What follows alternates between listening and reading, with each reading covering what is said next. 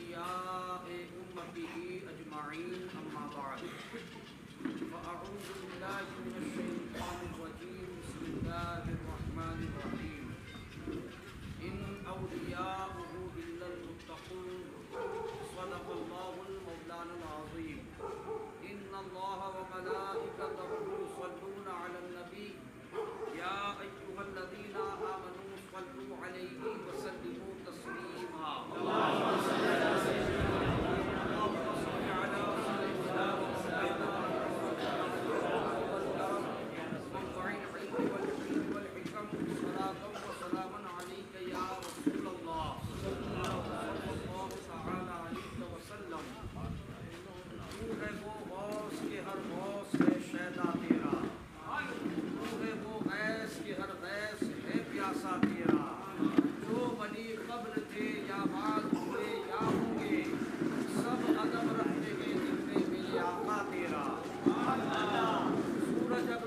चमकते थे चमक कर डूबे उसके नूर पर महर है हमेशा तेरा और उसको सौ फर्द सरापा दिल फरागत ओढ़े तंग होकर जो उतरने को वो नीमा तेरा।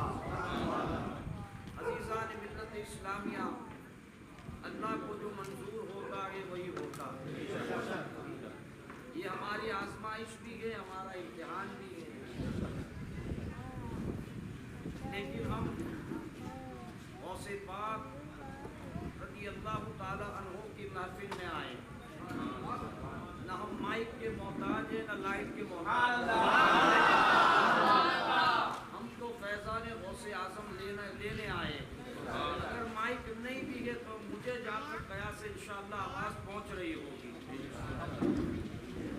जब तक गला साथ देगा इंशाअल्लाह ताला, अल्लाह चाहेगा वहाँ तक ये सिलसिला जारी रहेगा। कल मैंने आपके सामने हुजूर सैयदना सरकार गौसे पाक रज़ी अल्लाह ताला अन्हु के हवाले से आपके तालीम हासिल करने के मराहिल आपके सामने मैंने अर्ज़ किए।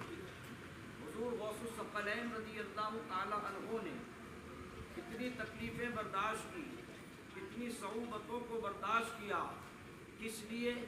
इल्म दीन हासिल करने के लिए। और जब सारी तकालीफ़ों को बर्दाश्त कर ले गए, इस्तिक़ामत रही, सब्र का दामन हाथ से छूटा ही नहीं और अल्लाह रब्बुल इज़्ज़त ने इल्म ज़ाहिरी से आपको बहरावर किया।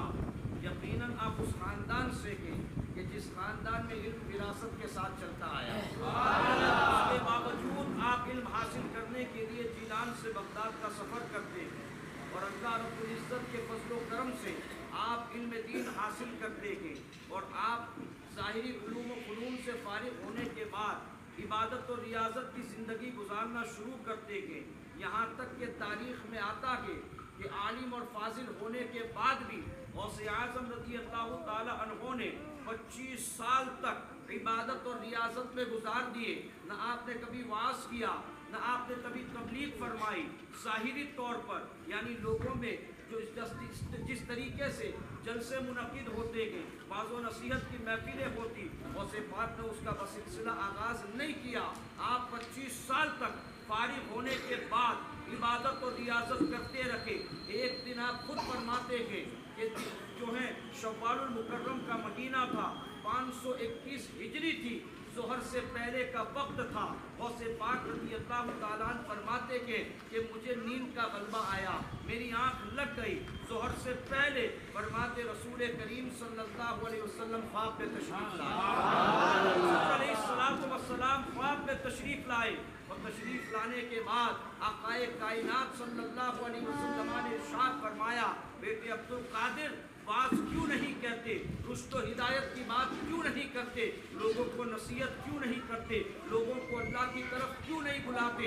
और से पाक रज़ी अल्लाह ताला ने अर्ज़ की, या रसूलल्लाह सल्लल्लाहु ताला अलैहि वसल्लम, अल्लाह के रसूल मैं अजमी हूँ, मैं फ़ुसहाए अरब के सामने कैसे बोल सकता हूँ, मुझे हिचकिचाहट होती है, घबराहट होती है। रसूल करीम सल्लल्लाहु अलैहि वसल्लम ने फरमाया, अब्दुल कादिर अपने मुँह को खोलो। गौसे पाक फरमाते हैं, ख्वाब के आलम में मैंने अपना मुँह खोला, रसूल करीम ने 7 मरतबा अपना लुआब दहन मेरे मुँह में डाल दिया। 7 मरतबा अपना लुआब दहन मेरे मुंह में डाला। अब हाल क्या के गौस पाक फरमाते कि मैं जज्ब की कैफियत तारी हुई उसी वक्त ख्वाब में, और उसके बाद मेरी आँख खुलती के आँख खोलता हूँ तो क्या देखता हूँ, मेरे मुंह का जायका ही अलग है। अल्लाह अकबर। ज़ोहर की नमाज का वक्त होता है, गौस पाक फरमाते ज़ोहर की नमाज मैंने अदा की। ज़ोहर की नमाज के बाद आप वाज़ो नसीहत फरमाने के लिए मिंबर पर बैठ तो जाते हैं, लोगों का हुजूम भी आपकी तरफ आता है। गौस पाक फरमाते हैं आलम इस्तिग़राक़ आ गया, मेरी ज़बान से कोई अल्फाज निकल ही नहीं रहे थे, घबराहट का आलम के। गौस पाक फरमाते आलम इस्तिग़राक़ में मैं क्या देखता हूँ, शेर खुदा मौलाए कायनात हैदर कर्रार रज़ियल्लाहु ताला अन्हु तशरीफ़ लाते के कहते हैं अब्दुल कादिर रसूलुल्लाह ने जो हुक्म दिया उसकी बजावरी करो, रुश्तो हिदायत की बात करो, तबलीग करो, नसीहत करो। अल्लाह अकबर। गौस पाक फरमाते मुझे घबराहट महसूस हो रही है, मैं क्या बोलूँ मुझे समझ में नहीं आता। अल्लाह अकबर। मौलाए कायनात शेर खुदा हैदर कर्रार रज़ियल्लाहु ताला अन्हु ने फरमाया अब्दुल कादिर मुँह खोलो। आपने 6 मरतबा अपना लुआब दहन गौसे पाक के मुँह में डाल दिया। अब आप सोचे जिसके मुँह में 7 मरतबा रसूलुल्लाह दुआब दहन डाले, 6 मरतबा मौलाए कायनात दुआब दहन डाले, उसका सीना फिर असरार इलाही का खजीना होगा। उसकी ज़बान पर जो जारी होगा वो कलमा हक कैसा जारी होगा। अल्लाह अकबर। गौसे पाक फरमाते हैं मैंने दर्स देना शुरू किया, मैंने वाज़ो नसीहत कहना शुरू किया। अब हाल ये कि मखलूक खुदा जोक दर जोक मेरे वाज़ो नसीहत की महफिल में आने लगी। अल्लाह अकबर। गौसे पाक अब दर्स का सिलसिला शुरू फरमाते कि आलम ये कि जब आपके दर्स का सिलसिला शुरू होता है दूर दराज के इलाके से लोग आपके दर्स में शामिल होने के लिए आते के। अभी तक आपने देखा कि इल्म दीन हासिल कर रहे थे, अब जो है इल्म दीन जो हासिल किया अब रसूलुल्लाह की उम्मत के सामने पहुंचा रहे थे, तबलीग कर रहे थे, रुश्तो हिदायत की बातें कर रहे थे, लोगों को सिराते मुस्तकीम का राही बना रहे थे। आलम ये कि लोग चौक दर चौक और पाक रज़ियल्लाहु ताला अन्हु के दर्स में आते और कुछ न कुछ सीख कर आपकी बारगाह से जाते। लोगों का हुजूम बढ़ने लगा, लोग आने लगे। अब आलम जब ये यहाँ तक पहुँचा, हज़रत अबू सईद मुबारक मखज़ूमी जो गौसे पाक रज़ियल्लाहु ताला अन्हु के उस्ताद भी है, शेख कामिल भी के, जब इस बात का इल्म अबू सईद मुबारक मखज़ूमी को हुआ, गौसे पाक रज़ियल्लाहु ताला अन्हु के इल्मी फ़हम फ़रासत को देखा, तबलीग के अंदाज़ को देखा, वाज़ और नसीहत के तरीके को देखा। अल्लाह अकबर। गौसे पाक रज़ियल्लाहु ताला अन्हु को अपने मदरसे में बुलाया और जो के बगदाद के अंदर अबू सईद मुबारक मखज़ूमी रज़ियल्लाहु ताला अन्हु का मदरसा बहुत बड़ा मदरसा था, वहाँ पर वो आए और बुलाया गौसे पाक को और गौसे पाक से फरमाया ए बेटे, ए साहिबजादे, मैं चाहता हूँ कि तुम मेरे मदरसे में भी बाज़ो नसीहत करो, यहाँ भी लोगों को आप तबलीग दीन करो और लोग तालिब इल्मों को इल्म दीन से भी आरास्ता करो। अल्लाह अकबर। मामला क्या हुआ, गौसे पाक वहाँ पर दर्स देने लगे, दीन की तबलीग फरमाने लगे। यहाँ तक के कुछ दिनों के बाद हज़रत अबू सईद मुबारक मखज़ूमी रज़ियल्लाहु ताला अन्हु ने मदरसे की सारे अहवाल सारी जिम्मेदारियाँ गौसे पाक के हवाले कर दी। अब वो मदरसा गौसे पाक की तहवील में चल रहा है। आलम यह है कि अब उसी मदरसे से आप तबलीग दीन फरमा रहे हैं, रुश्तो हिदायत की बात कर रहे हैं, वाज़ो नसीहत की महफिलें सज रही के, दूर दराज से लोग आने लगे। आलम ये हुआ कि तादाद इतनी बढ़ने लगी कि इतने बड़े मदरसे की वसाअतें तंग पड़ने लगी, ज़मीन तक पड़ने लगी। अब हाल ये था कि दूर इलाके में ईदगाह की मस्जिद थी, ईदगाह की मस्जिद के अंदर गौसे पाक का मिंबर लगाया जाने लगा, वहाँ पर भी जगह बहुत वसी थी, लोग इतने आने लगे, इतना ज़्यादा हुजूम आने लगा कि ईदगाह की मस्जिद की जगह भी उसका सहन भी तंग पड़ने लगा। आलम यह कि अब लोगों ने मशवरा दिया, हुजूर लोग आते हैं बड़ी दूर दूर से आते हैं, घोड़े पर सफ़र करके, ऊँट पर सफ़र करके, खच्चर पर सफ़र करके, किस लिए? गौसे पाक की बातें सुनने के लिए, गौसे पाक की तकरीर सुनने के लिए। जबकि बगदाद के अंदर बड़े बड़े उलमा मौजूद हैं, बड़े बड़े औलिया मौजूद हैं, लेकिन अल्लाह रब्बुल इज़्ज़त ने मखलूक का दिल, अपने बंदों का दिल गौसे पाक की तरफ माइल कर दिया। अल्लाह अकबर। गौसे पाक रज़ियल्लाहु ताला अन्हु के हवाले से आता है कि ईदगाह मुबारक के अंदर इतनी तादाद बढ़ने लगी कि वो जगह भी कम पड़ने लगी। अब आलम ये लोगों ने मशवरा दिया, हुजूर ये ईदगाह का मैदान बड़ा वसी और अरीज़ है, हम चाहते हैं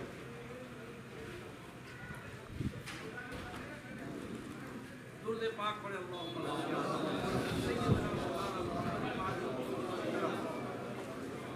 वाली वफ़ाक़ मुबारक वसल्लम सलातो व सलाम अलैका या रसूलल्लाह सल्लल्लाहु अलैहि वसल्लम और दुरूद पाक पढ़े अल्लाहुम्मा सल्लि अला सय्यिदिना व मौलाना मुहम्मद वल करम वाली व सहाबिही मुबारक वसल्लम सलातो व सलाम अलैका या रसूलल्लाह सल्लल्लाहु तआला अलैहि वसल्लम। लोगों ने मशवरा दिया, हुजूर ये ईदगाह का मैदान बड़ा वसी और अरीज है, यहाँ पर हुजूम आ जाएगा। उस बात का मिंबर अब ईदगाह के मैदान में लगने लगा, जो बड़ा वसी और अरीज मैदान था। अब आलम ये कि रावी बयान करते हैं कि वहाँ पर खल्के खुदा का हुजूम ऐसा उमड़ा कि रावी बयान करते कभी कभी 70,000 का मजमा जमा हो जाता। अब मैं आपसे पूछता हूँ, देखिए आज हमारे सामने की बात है, लाइट नहीं के, माइक नहीं के, स्पीकर बंद के, मेरी आवाज़ की एक लिमिट है, वहाँ तक जाएगी। अगर कोई यहाँ से उस गेट तक चला जाए, मेरी आवाज़ वहाँ तक नहीं पहुँचेगी। जब आवाज़ कान में आएगी ही नहीं, सुनाई कुछ देगा ही नहीं, तो महफिल में आकर फ़ायदा क्या? वो बंदा तो वहीं से उठकर चला जाएगा। अब 70,000 का मजमा है, जाहिर सी बात है, शक्ल भी तो दूर है, शक्ल ऐसे स्क्रीन तो लगी नहीं है कि वहाँ पर वो देख ले, टीवी पर देख ले, लेकिन अल्लाह रब्बुल इज्जत ने बल्कि खुदा को वस्मात की तरफ माइल कैसा किया और आपको अल्लाह रब्बुल इज्जत ने कमालात क्या अता फरमाए। अल्लाह अकबर, क्या कमाल अता फरमाया कि इतना सारे लोग 70,000 का न माइक है न लाइट है, कुछ भी नहीं, लेकिन वल्लाह मेरा गौस बयान कर रहा है, 70,000 का मजमा झूम रहा है।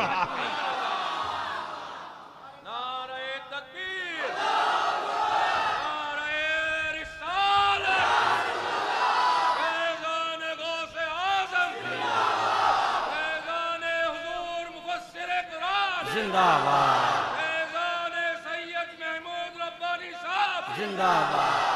अब आप कहते हैं जिसको पल में सब कुछ मिल गया गाजी, हम अपने एक एक अरमान गिनवाने कहाँ जाते हैं। अजीजा ने गिरामी, हुजूर गौसुस सकलैन रज़ी अल्लाह ताला अन्हु 70,000 का कभी कभी मजमा लग जाता। आप बयान फरमाते, पूरा मजमा झूमता। आलम ये के रावी बयान करते कि यहाँ तक के लोगों पर वजदानी कैफियत तारी हो जाती। क्यों ना हो, इसलिए कि वो जबान बोल रही है जिस जबान में रसूलुल्लाह ने लुआब डाला है, वो जबान बोल रही है जिस जबान में इल्म के शहर का दरवाजा, सारे सैयदों का बाबा, मौलाए कायनात हजरत अली करमल्लाहु ताला वजहुल करीम ने अपना लुआब जहन डाला के फिर उस ज़बाने फैज़े तर्जमान का आलम क्या होगा बताना ये है। जब गौस की ज़बान का आलम ये है तो मौलाए कायनात की ज़बान का आलम क्या होगा। जब अली की ज़बान का आलम हम नहीं समझ सकते, मेरे आका की ज़बाने मुबारक का आलम क्या होगा। मेरे इमाम फरमाते कि वो दहन जिसकी हर बात वही है खुदा, वो दहन जिसकी हर बात वही है खुदा, जिसकी नाफिज हुकूमत पे लाखों। मेरे अजीजों, 70,000 का मजमा, चेहरा नजर नहीं आता, लेकिन क्या बात है, एक अंदाजे से बता रहा हूं, कोई स्क्रीन तो थी नहीं।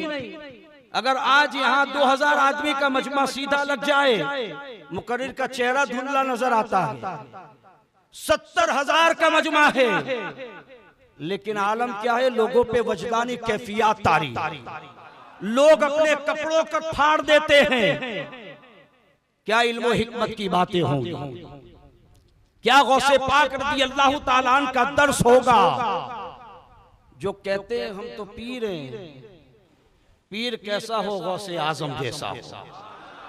पीर होकर भी रुश्द व हिदायत की बात कर रहे हैं, जबकि आलम यह है निगाहों से पिलाने की ताकत रखते हैं। कल ही मैंने आपके सामने अर्ज की, अगर चोर घर में घुस जाए उसको कुतुब बना दे, तो वो गौस मजमे आए हुए तमाम लोगों को आंखों से और सीने से सीना लगाकर पिला दे। इल्म उनका सीना इल्म का गंजीरा बना दे, ये आलम हो जाए अगर गौस निगाह उठा ले। लेकिन आप दर्सो तदरीस दे रहे हैं, वाज़ो नसीहत फरमा रहे हैं, क्यों? इसलिए कि आने वाले लोगों को पता चल जाए कि पीर बनना आसान नहीं है। पीर बनना आसान नहीं है। बंदा पीर बनता है तो सबसे ज्यादा जिम्मेदारी उस पे आ जाती है। समझ आ रही है? जो बात मैं अर्ज कर रहा हूं अपने मुर्शिदों को भी निगाह में रखना, ये उसी सिलसिले की कड़ी है। पीर बनना आसान नहीं है। अल्हम्दुलिल्लाह हमारा हाथ ऐसे मुर्शिदों के हाथ में है। हुजूर मुफस्सिर कुरान की सारी जिंदगी तबलीग दीन में गुजरी गए, गौसे पाक की सुन्नत पर गुजरी है, तबलीग दीन करते करते गुजरी गए। और उन्हीं के सच्चे जानशीन महमूद रब्बानी दामत बरकातुहुल कुद्सिया तबलीग दीन करते गए। अभी रबीउल अव्वल शरीफ की मैं आपको बात करता हूँ। हजरत जब सूरत के दौरे से फारिग हुए, यानी 12 रोजा दौरे के बाद काठियावाड़ का दौरा दरपेश आया। जब काठियावाड़ हजरत गए तो वापसी पर जब आए तो सूरत की कमेटी ने 2 दिन हजरत के आराम के लिए रखे थे कि इन 2 दिनों में कोई जलसा नहीं होगा, सिर्फ हल्के होंगे, क्योंकि हजरत मुसलसल माए मुहर्रम में बंबई थे, सफर में भी घर में काम था, बहुत थके हुए थे। उसके बाद ईद मिलादुन नबी के दौरे के लिए तशरीफ लाए। मुसलसल दौरे पर सूरत की कमेटी ने तय किया कि काठियावाड़ के दौरे के बाद हजरत के 2 दिन खाली रहेंगे, उसके बाद प्रोग्रामात का सिलसिला शुरू होगा। वल्लाह बिल्लाह में ये बात कहता हूं, मैं हजरत के साथ था। पहला दिन निकल गया, तकरीर नहीं थी, 2 हल्के हुए।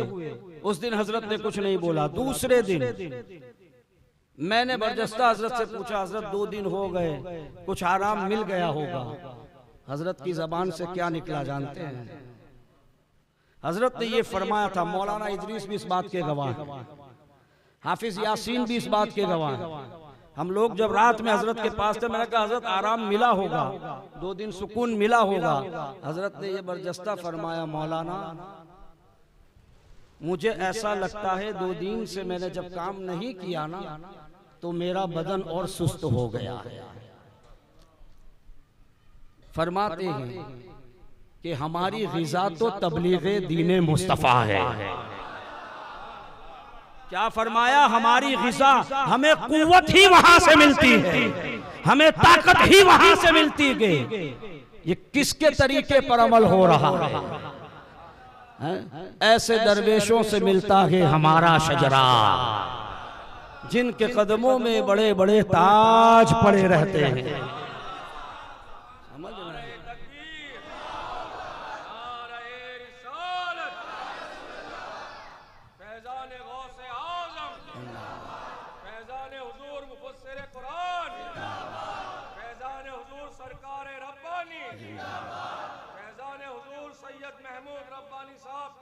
जिंदाबाद। मेरे अजीजों, हुजूर गौसे पाक रज़ी अल्लाह ताला अन्हु ऐसे वाज़ो नसीहत फरमाते, आपके इल्म का आलम कौन अंदाजा लगा सकता है? जिसके इल्म, जब गौसे पाक आपके साहबजादे सैयदी अब्दुल रज़्ज़ाक़ अब्दुल वहाब रज़ी अल्लाह ताला अन्हु फरमाते हैं कि गौसे पाक रज़ी अल्लाह ताला अन्हु हैं 521 हिजरी से लेकर 521 हिजरी से लेकर मुसलसल 40 साल तक तबलीग दीन का फरीजा सरअंजाम दिया। 40 साल 561 हिजरी तक गौसे पाक रज़ी अल्लाह ताला अन्हु ने तबलीग दीन फरमाई है। मेरे अजीजों, ये वो गौस पाक है कि जिन्होंने अपनी जिंदगी के 40 साल दीने मुस्तफ़ा की तरवीज और इशाअत में गुजारा। और फरमाते, जब गौसे पाक रज़ी अल्लाह ताला वाज़ो नसीहत फरमाते, इल्मी गुफ्तगू फरमाते, आपके साहिबजादे फरमाते, ऐसा लगता जैसे एक इल्म का दरिया हो जो बहता चला जाता है। एक इल्म का दरिया है जो बहता हुआ चला जा रहा है। ये किसका इल्म है? ये हुजूर गौसे पाक रज़ी अल्लाह ताला अन्हु का इल्म है। कैसा इल्म? जब आपका शोहरा, आपके इल्म का शोहरा, आपकी वाज़ो नसीहत का शोहरा 400 आलम में फैलने लगा, 70-70 हजार आदमियों का मजमा जब आपकी महफिल में लगने लगा, तो जाहिर सी बात है कुछ लोग आपके मुखालिफ भी हुए। अल्लाह अकबर, क्या हुआ? 100 उलमा, 100 फकीह, बगदाद के बड़े बड़े 100 फकीह जमा हुए और जमा होने के बाद आपस में बात करने लगे। ये अब्दुल कादिर जिलानी दर्स दे रहा है, वाज़ो नसीहत करता है, खल्के खुदा का हुजूम है, चलो हम भी उसका इम्तिहान कुछ ले लें, हम भी उसकी एग्जाम ले लें। 100 बड़े जय्यद उलमा, 100 फकीह, अल्लाह अकबर, 100 मुफ्ती और 100 लोगों ने आपस में ये तय किया कि हम अब्दुल कादिर जिलानी से एक सवाल करेंगे और ऐसा सवाल करेंगे, ऐसा सवाल कायम करेंगे कि वो लाजवाब हो जाएंगे। 100 के 100 मुफ्ती फकीह ने अपने अपने तय वो सवाल एक दूसरे ने तय कर लिए कि तुम ये सवाल करोगे, तुम ये सवाल करोगे, तुम ये सवाल करोगे। सारे लोग जब ये सवाल तय पाए गए तो सब के सब गौसे पाक रज़ी अल्लाह ताला अन्हु की महफिल में आके बैठ गए, अपनी अपनी जगहों पर आकर बैठ गए। रावी बयान करते हैं कि जैसे ही वो 100 फकीह उस मजलिस वाज में आकर बैठे, गौसे पाक रज़ी अल्लाह ताला अन्हु के ज़बान मुबारक से एक नूर निकला तलवार की शक्ल में, और वो तलवार उन 100 फकीह के दिलों में जाके उतर गई। और रावी बयान करते हैं अल्लाह का फज़ल जिस पर शामिल हाल था, उन्होंने ये पूरा मामला अपनी आंखों से देखा। और उस पाक के मुंह मुबारक से, आपके मुंह मुबारक से एक नूर तलवार की शक्ल में निकला और 100 फकीह के दिलों में जाके पैवस्त हो गया। अब क्या हुआ?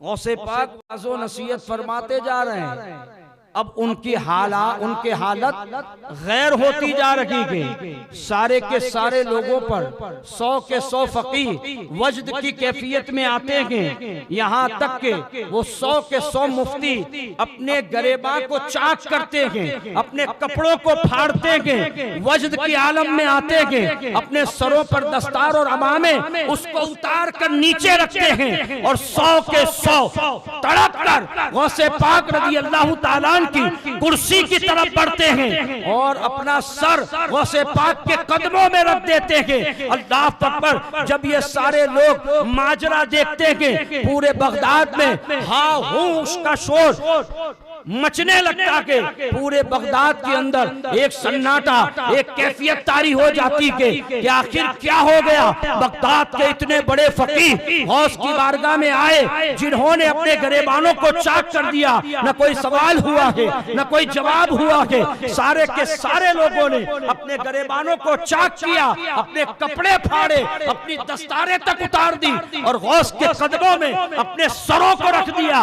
बात क्या के अल्लाह अकबर, सारे लोग माजरा देखने के लिए परेशान हैं। हुआ क्या है? गौसे पाक रज़ी अल्लाह ताला अन्हु ने एक एक करके सारे फकीह को जो कदमों में आकर गिर रहे हैं, गौसे पाक ने एक एक को उठाया, अपने सीने से लगाया, उसको हटाया, दूसरे को उठाया, सीने से लगाया, तीसरे को उठाया, सीने से लगाया, यहाँ तक के 100 के 100 मुफ्तियों को सीने से लगाकर अलग किया। और अलग करने के बाद अल्लाह अकबर, वो रसूलुल्लाह का नाइब, वो मौलाए कायनात का नाइब, वो इमाम हसन मुज्तबा का नाइब, गौसुस सकलैन, मेरा गौस, पीरे पीरा, मीरे मीरा, शाहे जीला, जिसको हम कहते हैं महबूबे सुबहानी, कुतुबे रब्बानी, शाहबाज़े लामकानी, किंदीले नूरानी, सैयदना शेख अब्दुल कादिर जिलानी, गौसे आज़म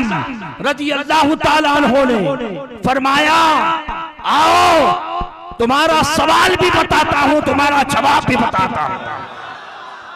एक एक फकीर को पकड़ा, पकड़ने के बाद कहा तुम अपने दिल में ये सवाल लेकर मेरी बारगाह में आए, तुम्हारा ये सवाल के और ये उसका जवाब है। दूसरे को पकड़ा, तुम्हारा ये सवाल के ये उसका जवाब के। 100 के 100 लोगों के सवाल भी खुद बताए और जवाब भी खुद इरशाद फरमाए।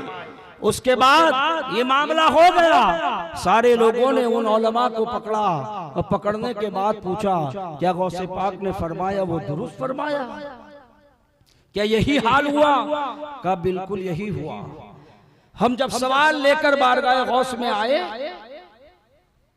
और कुछ ही देर बैठे, हमें ऐसा लगा कि हमारे दिलों से इल्म को सलब कर लिया गया, सीनों से इल्म निकाल लिया गया और ऐसा महसूस होता था कि हमें इल्म की हवा भी ना लगी हो।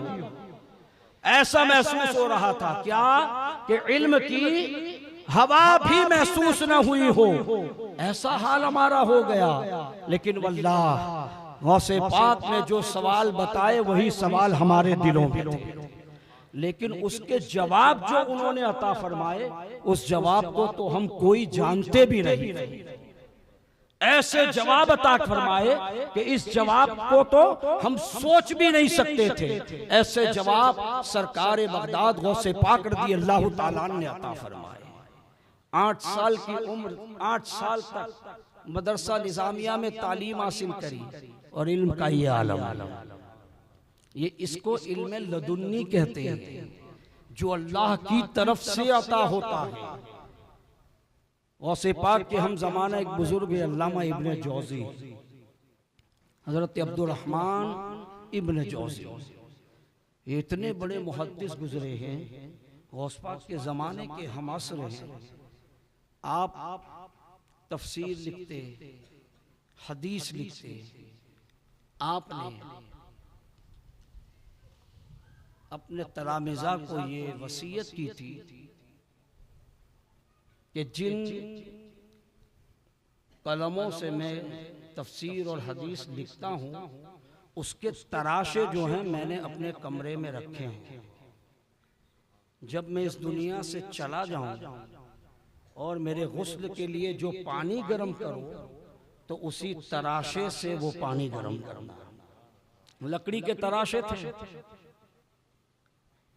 रावी बयान करते हैं जब आपका विसाल हुआ और उस तराशे को जमा किया गया और आग जितनी जरूरत थी उतनी आग के लिए ले ली, फरमाते उसके बाद भी बहुत से तराशे बच गए। अब आप सोचें उन्होंने कितनी किताबें लिखी होंगी, इल्म का आलम क्या होगा। गौसे पाक के हम जमाना है। शुरू में गौसे पाक रज़ी अल्लाह ताला अन्हु से कुछ इख्तिलाफ था। हाफिज अबुल अब्बास के पास आए, वो उनके साथी, और आने के बाद कहने लगे अब्दुल कादिर जीलानी बड़ा दर्स दे रहे हैं आजकल, चलो हम भी चल के देखते हैं कि उनके इल्मी मकाम की क्या हैसियत है, उनका इल्म किस दर्जे का है, हम भी तो देखें। हाफिज अबुल अब्बास और अल्लामा अब्दुल रहमान इब्न जौजी, ये दोनों शख्सियत गौसे पाक रज़ी अल्लाह ताला अन्हु के दर्स में आकर बैठ गए। अल्लामा अब्दुल रहमान जौजी अपने वक्त के इमाम हैं, वो आकर बैठे दर्स में। एक कारी थे, उन्होंने क़िरात की और कुरान की एक आयत की उन्होंने तिलावत की।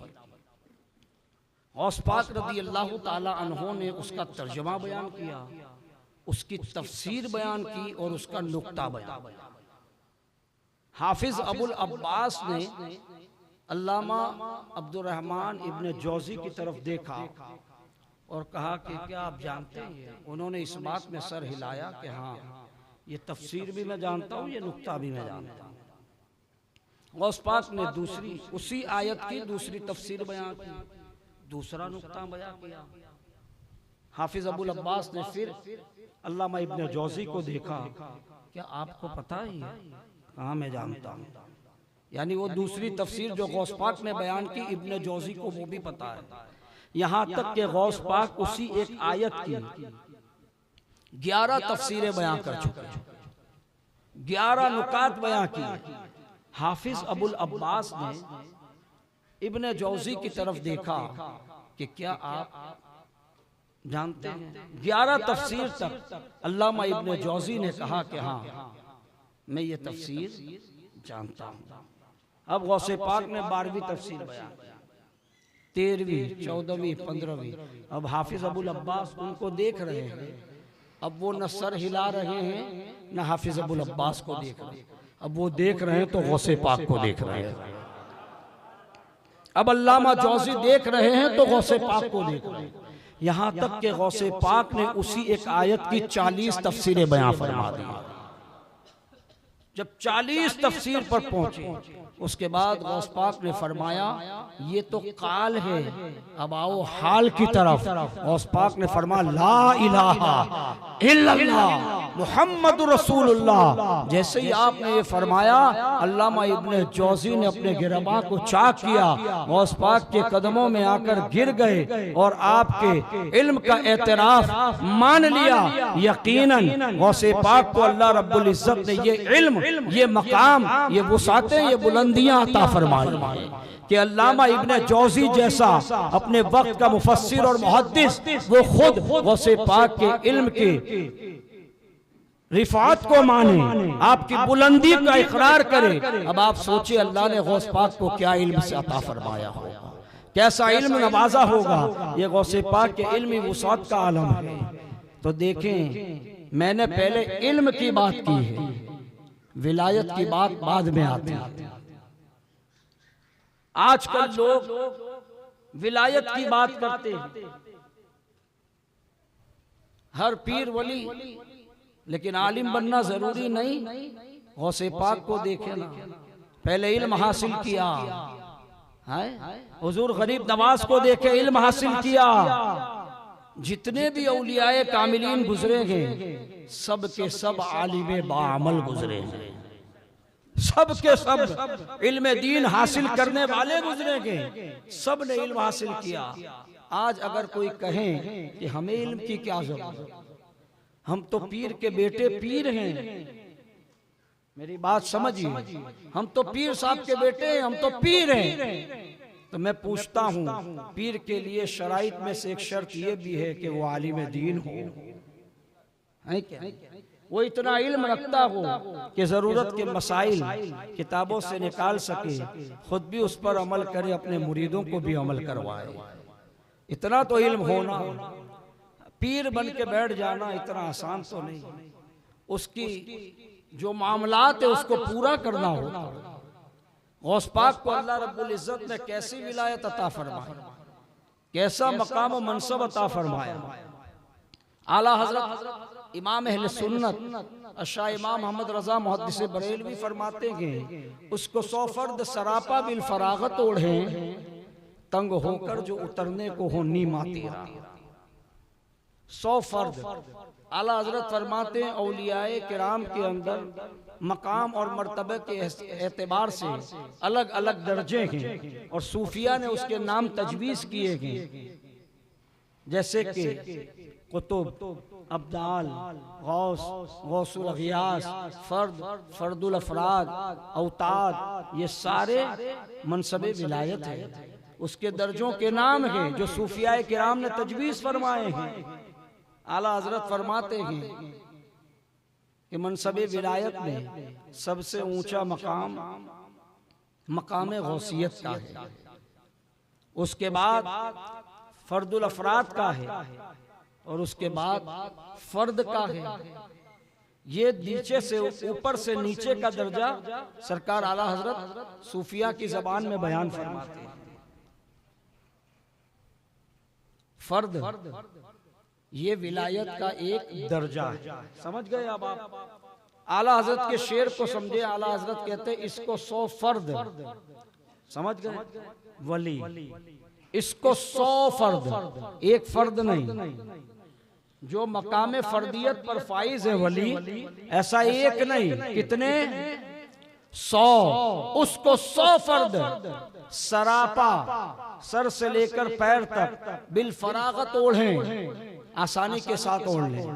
खींचा खींची ना हो।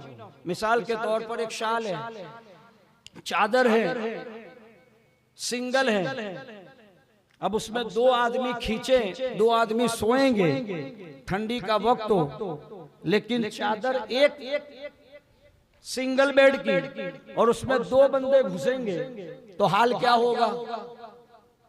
ना इधर पूरी होगी ना उधर पूरी होगी। समझ गए? फरागत के साथ नहीं ओढ़ रहे हैं, खींचा खींची हो रही है, आसानी नहीं है, कशमकश है। आला हज़रत फरमाते उसको 100 फर्द सरापा सर से लेकर पैर तक बिल फरागत ओढ़ें, तंग होकर, छोटी होकर, जो उतरने को हो नीमा तेरा, नीमा भी चादर को कहते हैं, वो चादर जो छोटी हो जाए और उतर जाए। समझ गए? अब आए आगे, असल बात आगे आ रही। आला हजरत रज़ी अल्लाह ताला ने शेर फरमाया तो आला हजरत के पास किसी ने सवाल किया कि ये फर्द कौन है, ये अफराद कौन लोग हैं? आला हजरत ने उसका जवाब इरशाद फरमाया कि ये औलियाए किबार में से है, यानी कि बड़े औलिया में इनका शुमार होता है। जो मकाम फर्दियत पर फाइज हैं उनका शुमार बड़े औलियाए किराम में होता है। और आला हजरत रज़ी अल्लाह ताला अन्हु ने फरमाया कि मकाम विलायत में ये बड़ा ऊंचा मकाम है। और उसके बाद आला हजरत ने मलफूजात शरीफ के अंदर दो फर्दों की एक दिलचस्प हिकायत लिखी, दिलचस्प हिकायत बयां की, जिसको मैं अपनी जबान में मफहूमी तौर पर आपके सामने अर्ज करता हूँ। आला हजरत इमाम अहले सुन्नत लिखते हैं कि एक बुजुर्ग के पास एक शख्स आया, अल्लाह के वली के पास एक शख्स आया और आने के बाद उसने पूछा कि क्या हजरत खिज़्र अलैहिस्सलाम जिंदा है? तो उस बुजुर्ग ने कहा कि हाँ जिंदा है और अभी कुछ देर पहले मुझसे मुलाकात कर गए हैं। आला हजरत लिखते हैं अभी कुछ देर पहले मुझसे मुलाकात करके गए हैं। और जब खिज़्र अलैहिस्सलाम मेरे पास आए तो उन्होंने दो फर्द की हिकायत, दो फर्दों का एक किस्सा मुझे सुनाया। खिज़्र अलैहिस्सलाम ने बताया कि मैं एक जंगल से गुजर रहा था तो मैंने देखा कि उस जंगल के अंदर से एक नूर आसमान की तरफ जा रहा था। मैं उस नूर की तरफ गया, उस उजाले की तरफ गया तो क्या देखा, अल्लाह का एक वली कंबल ओढ़ कर सो रहा है और उसी कंबल में से नूर निकल रहा है।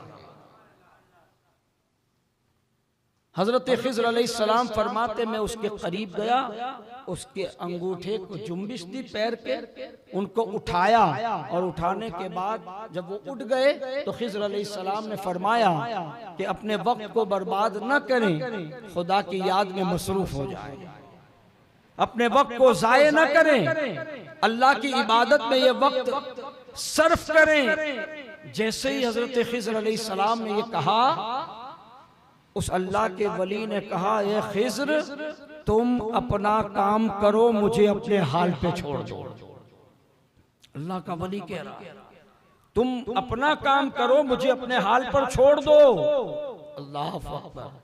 अब खिज़्र अलैहिस्सलाम ने कहा कि मैं लोगों में जाहिर कर दूंगा तुम अल्लाह के वली हो।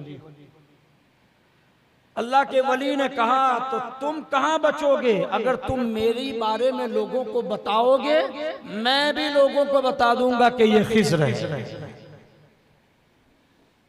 तो न इन्होंने बताया न उन्होंने जाहिर किया। अब खिज़्र अलैहिस्सलाम ने उस अल्लाह के वली से कहा कि आप मेरे लिए दुआ करें। अल्लाह के वली ने कहा कि नहीं ये आपका हिस्सा है, आप दुआ करें। खिज़्र अलैहिस्सलाम ने कहा कि नहीं आप दुआ करें। तो अल्लाह के वली ने दुआ के लिए हाथ उठाए और दुआ की कि अल्लाह रब्बुल इज़्ज़त अपनी ज़ात की मारिफत में आपका हिस्सा और ज्यादा करे। ये दुआ अल्लाह के वली ने की। खिज़्र अलैहिस्सलाम ने आमीन कहा। उसके बाद वो अल्लाह के वली हजरत खिज़्र से कहते हैं कि खिज़्र अगर मैं तुम्हारी निगाहों से ओझल हो जाऊं, तुम्हारी निगाहों से गायब हो जाऊं मुझे बुरा मत कहना, मलामत मत करना, बस इतना कहा और वो अल्लाह का वली मेरी निगाहों से ओझल हो गया, निगाहों से गायब हो गया। अब हजरत खिज़्र अलैहिस्सलाम उस अल्लाह के वली से कह रहे हैं जिनको ये फर्द की बात सुना रहे हैं, अल्लाह ने मुझे वो ताकत दी है। कौन कह रहा है? खिज़्र अलैहिस्सलाम, कि कोई भी वली मुझसे छुप नहीं सकता, कोई भी वली मेरी निगाहों से ओझल नहीं हो सकता। लेकिन अल्लाह ने अफराद को ये मकाम दिया है कि वो निगाहें खिज़्र से भी बालातर है, निगाहें खिज़्र से भी बालातर है। अल्लाह अकबर। हज़रत खिज़्र फरमाते मैं फिर आगे बढ़ा, मैंने देखा कि एक टीले के ऊपर इसी तरह का नूर आसमान पे जा रहा है। मैं वहां नूर के करीब पहुंचा तो देखा कि अल्लाह की वलिया आराम कर रही है, उसने भी कंबल ओढ़ा है और उसके अंदर से ही वही नूर निकल रहा है। मैंने जैसे ही इरादा किया उसको जगाने का, गैब से आवाज आई, ए खिज़्र ठहर जाओ। बस गैब से आवाज आई, मैं रुक गया। अल्लाह की वलिया ने अपने आप आंख खोली और उठकर बैठ गई और फरमाती है खिज़्र तुम रुके नहीं हो, रोके गए हो, तुम रुके नहीं रोके गए हो। अल्लाह। खिज़्र अलैहिस्सलाम अल्लाह की वलिया से कहते हैं कि आप अपने वक्त को बर्बाद ना करें, ज़ाये ना करें, अल्लाह की इबादत में लग जाएं। अल्लाह की वलिया ने वही जवाब दिया जो उस फर्द ने दिया था कि आप अपना काम करें, हमें अपने हाल पे छोड़ दें। खिज़्र अलैहिस्सलाम से जब अल्लाह की वलिया ने यह कहा तो खिज़्र अलैहिस्सलाम ने कहा मैं लोगों में मशहूर कर दूंगा आप अल्लाह की वलिया हैं। खिज़्र अलैहिस्सलाम से अल्लाह की वलिया ने कहा मैं भी लोगों में मशहूर कर दूंगा कि तुम खिज़्र हो। ना इन्होंने जाहिर किया ना इन्होंने मशहूर किया। खिज़्र अलैहिस्सलाम ने कहा मेरे लिए दुआ करें। अल्लाह की वलिया ने फिर वही जवाब दिया ये आपका हिस्सा है, आप दुआ करें। कहा नहीं, दुआ आप ही को करनी होगी। उस अल्लाह की वलिया ने भी यही दुआ की कि अल्लाह अपनी ज़ात की मारिफत में आपका हिस्सा और ज्यादा फरमाए। जब ये दुआ की और फिर वो जुमला कहा अगर मैं तुम्हारी निगाहों से ओझल हो जाऊं तो मलामत मत करना।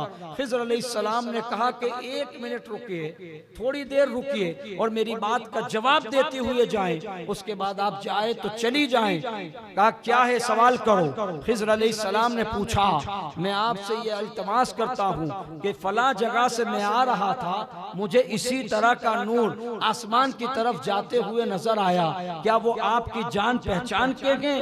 अल्लाह अकबर। अल्लाह की वलिया ने जवाब दिया कि हाँ मैं जानती भी हूँ, पहचानती भी हूँ, वो कोई और नहीं है जिससे तुम मुलाकात करके आए हो, वो मेरे शौहर हैं, मैं उनकी बीवी हूँ। अल्लाह अकबर। खिज़्र अलैहिस्सलातु वस्सलाम से अल्लाह की वलिया फरमाती गई कि हम यहाँ खुद से नहीं आए, अल्लाह के हुक्म से आएंगे, इसलिए कि अल्लाह की मकबूल वलिया का इस इलाके में इंतकाल हुआ, हमें हुक्म इलाही हुआ कि उसे गुस्ल दो, कफन पहनाओ और उसे दफन करो। अल्लाह के हुक्म की बजावरी के लिए हम इस इलाके में आएंगे। बस इतना कहा, वो अल्लाह की वलिया निगाहे खिज़्र से ओझल हो गई, आपकी निगाह से बालातर हो गई। खिज़्र अलैहिस्सलातु वस्सलाम फिर फरमाते कि कोई दुनिया का वली मेरी निगाह से ओझल नहीं हो सकता। अल्लाह ने अफराद को ये मकाम अता फरमाया कि वो निगाहे खिज़्र से भी ओझल हो सकते हैं। अल्लाह अकबर। अब वो अल्लाह के वली जो खिज़्र अलैहिस्सलाम से बात कर रखे हैं, उन्होंने पूछा है अल्लाह ने अफराद को इतना बुलंदो वाला मकाम अता फरमाया, विलायत का ये मायार उनका कि वो निगाहे खिज़्र से भी बालातर हैं। तो ए खिज़्र अब मुझे बताओ अल्लाह अकबर कि क्या फर्द लोगों को, फर्दुल अफराद को, इन औलियाए कामिलीन को इक्तिसाब फैज़ के लिए, फैज़ हासिल करने के लिए किसी बारगाह में रुजू करना पड़ता है, किसी की बारगाह में जाना पड़ता है। अल्लाह अकबर। खिज़्र अलैहिस्सलातु वस्सलाम इरशाद फरमाते कि हाँ हाँ फर्दुल अफराद हो या गौस हो, कोई भी हो, अल्लाह अकबर, सारे वलियों को इक्तिसाब फैज़ के लिए, फैज़ हासिल करने के लिए बारगाह गौसे आज़म में जाना पड़ता है। गौसे पाक के दरबार में आना पड़ता है। अल्लाह अकबर। इसीलिए मेरे इमाम फरमाते थे वाह क्या मर्तबा है गौसे बाला तेरा, ऊंचे ऊंचों के सरों से है कदम आला तेरा। अरे सर भला क्या कोई जाने क्या कैसा तेरा, औलिया मलते हैं आके वो है तलवा तेरा।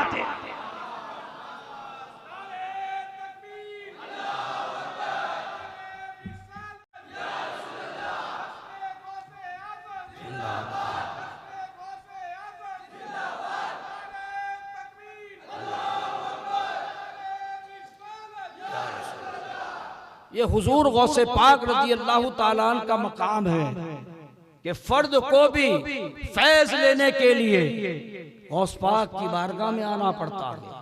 आला हजरत इमाम अहले सुन्नत फरमाते हैं इसको 100 फर्द सरापा बिल फरागत ओढ़े, तंग होकर जो उतरने को हो नीमा तेरा।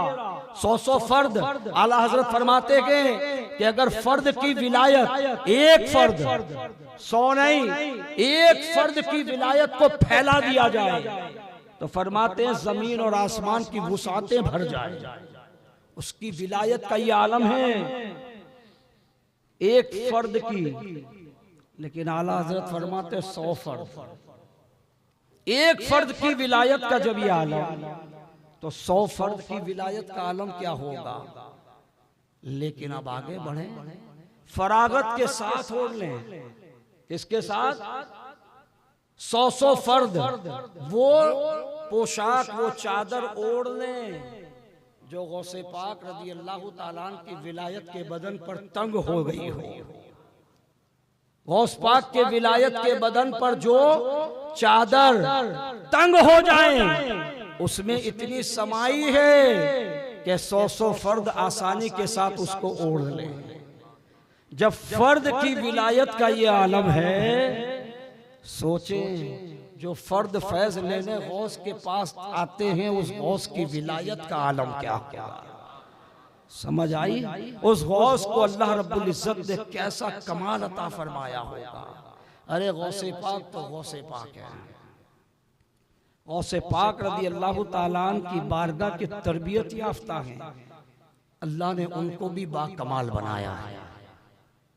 गौस पाक कि उन्हीं तरबियत याफ्ता के बारे में आला हजरत फरमाते हैं जो तेरा तिफल है कामिल है या गौस, तुफैली का लक़ब वासिल है या गौस।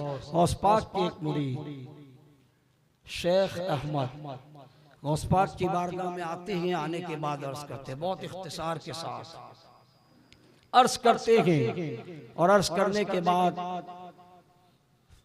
कहते हैं कि हुजूर बड़े दिन हो गए मैं घर नहीं गया, अगर आप इजाजत मरहमत फरमाएं तो मैं घर जाके आ जाऊं। गौस पाक ने फरमाया जाओ इजाजत है। वो अपने घर गए, कुछ दिन घर रुके, वापस बगदाद का इरादा किया और आप जब रास्ते में आ रहे थे तो उसी रास्ते में एक बहुत बड़े अल्लाह के वली हजरत सैयदी अब्दुल रहमान तफसूंजी रहमतुल्लाह अलैह की खानका पड़ती थी। शेख अहमद वहाँ पहुँचे कि अल्लाह के वली है, चलो जियारत भी कर लूँ, मुलाकात करता हुआ बगदाद चला जाऊँगा। जब आपकी खानका पर पहुँचे वाजो नसीहत हो रही थी, अचानक एक वज्द की कैफियत तारी हुई। सैयदी अब्दुल रहमान तफसूंजी को आपने निगाह झुकाई और कुछ देर सर झुकाने के बाद आपने सर उठाया और उठाने के बाद फरमाया इस वक्त रुए जमीन पर औलिया में मेरी गर्दन ऐसे हैं जैसे सारस, यानी कि सबसे ऊंची गर्दन वाला। यानी आपके कहने का मतलब यह है कि इस वक्त में रुए जमीन के वलियों का सरदार हूं। आपका ये हुक्म होना था, आपकी जबान से ये निकलना था कि उसी महफिल के अंदर, आपके मुरीदों की महफिल के अंदर सैयदी अहमद शेख अहमद जो सरकार गौस पाक के मुरीद हैं वो बैठे हैं। बैठे तो जब आपने ये सुना कि इस वक्त रुए जमीन के औलिया में मेरा मकाम सबसे बुलंद है, गौस पाक के मुरीद खड़े हुए, आपके बदन मुबारक पर गुदड़ी या चादर थी, आपने उसको फेंकी और फेंकने के बाद सैयदी अब्दुल रहमान तफसूंजी से मुखातिब हुए कि आप कहते हो कि इस वक्त रुए जमीन के औलिया में आपका मकाम बड़ा बुलंदो वाला है, तो आओ मेरे साथ कुश्ती कर लो, मेरे साथ कुश्ती के लिए तैयार हो जाओ। जब ये बात कही सारे मुरीद देखने लगे, लेकिन सैयदी अब्दुल रहमान तफसून जी ने कुछ नहीं कहा, मुरीद खामोश है। उनको आगे बुलाया गया, बुला लिया गया, और बुलाने के बाद सैयदी अब्दुल रहमान तफसून जी ने ऊपर से नीचे तक देखा, नीचे से ऊपर तक देखा। मुरीद आए, हुजूर ये बदतमीजी कर रहा, आपने कुछ नहीं फरमाया। सैयदी अब्दुल रहमान तफसून जी अपने मुरीदों से फरमाते हैं, मैंने सर से पैर तक इसको देखा, इसके बदन का रोंगटा रोंगटा रहमत इलाही में डूबा है। पूछा कि तुम किसके मुरीद हो? कहा फकीर शहनशाह बगदाद का गुलाम है। कहा ठीक है। फरमाते हैं कि अपनी चादर ओढ़ लो। शेख अहमद क्या फरमाते हैं, फकीर एक बार जो चीज अपने बदन से फेंक देता है उसको उठाता नहीं है। आपने वहीं से अपनी बीवी को आवाज दी और हाथ लंबा किया, और फरमाते फातिमा, आपकी अहलिया का नाम था, कि फातिमा मेरे कपड़े दो। कहा खानका सैयदी अब्दुल रहमान तफसून जी की, कहा उनका मकान। वहीं से खड़े होकर हाथ लंबा किया, आवाज दी, फातिमा मेरे कपड़े दो। वहां से कपड़े आए, इन्होंने लिए और पहन लिए। सारे मुरीद भी देख रहे हैं, सैयदी अब्दुल रहमान तफसून जी भी देख रहे हैं कि जिसके मुरीद के कमाल का ये आलम, उसके शेख के कमाल का आलम क्या होगा। अल्लाह अकबर। गौसे पाक रज़ी अल्लाह ताला बगदाद से सारा मामला देख रहे हैं। क्यों? इसलिए कि दस्तगीर भी है, रोशन ज़मीर भी है, सब देख रहे हैं। अब आलम ये कि अल्लाह अकबर, सैयदी अब्दुल रहमान तफसून जी जब मुरीद कामिल का ये आलम देखते हैं, अपने दो मुरीदों को उठाते हैं और बुलाते करीब आओ, और आने के बाद कहो, उनको कहा कि जाओ बगदाद शेख अब्दुल कादिर जिलानी की बारगाह में मेरा सलाम अर्ज करना, और उनसे कहना 12 साल हो गए कुर्बे खास में जाते हुए भी, आते हुए भी, न मैंने आते हुए कभी तुम्हें देखा, न जाते हुए तुम्हें देखा। मैं औलिया के हुजूम में भी गया, तुम्हें न पाया, तुम रहते कहाँ हो? ये मेरा सवाल के उनसे जवाब लेकर आना। अल्लाह अकबर। उनके ये दो मुरीद शेख अहमद के साथ बगदाद के लिए रवाना हुए। गौसे पाक रज़ी अल्लाह ताला ने, महबूबे सुबहानी ने, कुतबे रब्बानी ने अपने मुरीद को खानकाह कादरिया से रवाना किया कि तफसून से अब्दुल रहमान के दो मुरीद आ रहे हैं, साथ में मेरा मुरीद अहमद भी के। उनका सवाल ये होगा, उसका जवाब ये कि रास्ते में मिलेंगे, उनको लेकर तफसून चले जाना।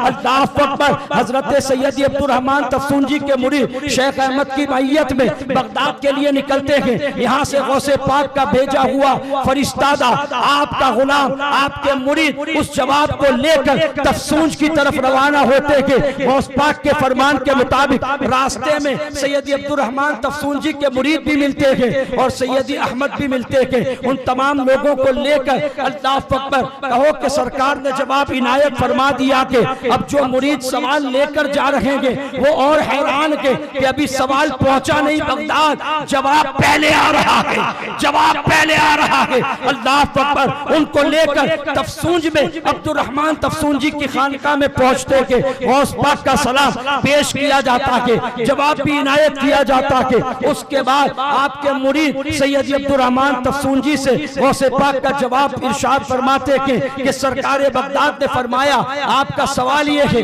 12 साल हो गए कुर्बे खास में जाते हुए भी, आते हुए भी अब्दुल कादिर जिलानी को न मैंने आते देखा है न जाते देखा है। अब्दुल कादिर रहते कहाँ हैं? सुनो, हमारे शेख ने ये जवाब दिया कि यकीनन 12 साल हो गए, आते हुए भी तुम्हें, जाते हुए भी तुम्हें, लेकिन सुनो वो शख्स उसे कैसे देख सकता कि जो दालान में के दालान वाला उसको कैसे देख सकता कि जो कमरे में है कमरे वाला उसको कैसे देख सकता कि जो नहान खाने खास में के ऐ अब्दुर्रहमान सुन लो, अब्दुल कादिर नहान खाने खास में होता के और तुम अभी दालान तक पहुंचे हो। और सुन लो, आज से 12 साल पहले 27 रमजानुल मुबारक को 12,000 औलिया को खिलाते अता हुई, खिरके अता हुए, सबको लाल रंग की खिलाते और खिरके अता हुए।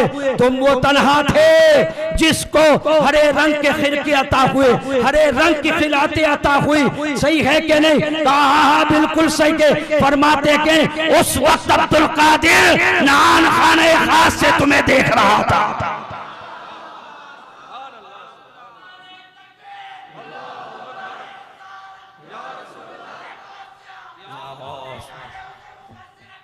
जिंदाबाद जिंदाबाद।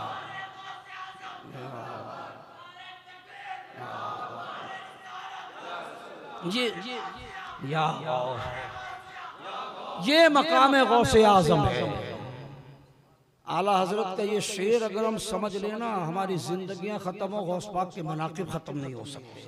वाह क्या मर्तबा है गौस है बाला तेरा, ऊंचे ऊंचों के सरों से है कदम आला तेरा। सर भला क्या कोई जाने के है कैसा तेरा, औलिया मलते हैं आंखें वो है तलवा तेरा। अल्लाह हमें सच्चा और पक्का गौसे पाक का आशिक बनाए, हमें गौसे पाक के फरमान पर अमल करने वाला मुरीद बनाए। मेरे कादरी भाइयों गम न करना, गौस पाक फरमाते हैं मैंने अल्लाह से वादा लिया कि मेरे कादरी मुरीद को उस वक्त तक मौत न देना जब तक कि वो अपने गुनाहों से तौबा न कर ले। क्या फरमाया? कादरी मुरीद, क्या फरमाया? मुरीद। और मुरीद कौन होता है? कौन मुरीद होता है? वही मुरीद है जो पीर के हर हुक्म पर अमल करता है। पीर ने कहा सच बोलना। हम जब बैत होते हैं तो क्या कहा जाता है? सच बोलना, झूठ नहीं बोलना, किसी का नाहक माल मत खाना, गीबत नहीं करना, किसी को नाहक कत्ल नहीं करना, यही है ना। गुनाहों से बचते रहना, सच बोलना, हलाल लुकमा खाना, यही सब है ना। इस पर अमल करो, गौस पाक के सच्चे मुरीदों में शामिल हो। करेंगे अमल। मदरसा कायम हुआ है कि नहीं? सब मिलकर ताउन करेंगे। पैर जमाने हैं हमारे, समझ रहे मेरी बात? अगर हमने काम कर लिया, समझे, तो ये काम यकीनन यहाँ मशक्कत होगी, दुश्वारियां आएगी, परेशानी भी आएगी, लेकिन कदम को डगमगाना नहीं है। जब भी परेशानियां घेर ले, अल्लाह उसके रसूल और गौस पाक से मदद चाहे, यकीनन फैजान होगा। लेकिन शर्त यह है अना न हो, रियाकारी न हो, दिखावा न हो, अल्लाह उसके रसूल की रजा के लिए हो। करेंगे इंशाअल्लाह मेहनत। दुश्वारियां आएंगी, परेशानियां भी आएंगी, लेकिन कदम डगमगाना नहीं है। दिल आबस खौफ से पत्ता सा उड़ा जाता है, दिल आबस खौफ से पत्ता सा उड़ा जाता है। अरे पल्ला हल्का ही सही, भारी है भरोसा तेरा। हमें भरोसा गौसे पाक पर है, अल्लाह के हुक्म से भरोसा गौसे पाक पर है। इंशाअल्लाह वो हमारी हर आन मदद फरमाएंगे। शर्त ये है कि हमें मिलजुल कर दीन और सुन्नियत का काम करेंगे ना इंशाअल्लाह। हाथ उठाएं, सब करेंगे दीन के लिए, सुन्नियत के लिए। हम सब एक, हम सब एक होकर काम करेंगे। करेंगे ना इंशाअल्लाह। इंशाअल्लाह जहां जहां कोसंबा में और कोसंबा के अतराफ में भी दीन और सुन्नियत को हमारी जरूरत है, हम खड़े रहेंगे इंशाअल्लाह। खड़े रहेंगे ना इंशाअल्लाह। अगर हमने सुन्नियत के लिए काम कर लिया इखलास के साथ, यकीन जाने गौसे आजम के भी महबूब बन जाएंगे। गौसे पाक की बारगाह का कुर्ब मिलेगा हमें इंशाअल्लाह। फिर हम भी कहेंगे लहद ने इसके रुखे शह का दाग लेके चले। अंधेरी रात सुनी थी चराग लेके चले। वमा अलैना इल्लल बलाग। अस्सलामु अलैकुम।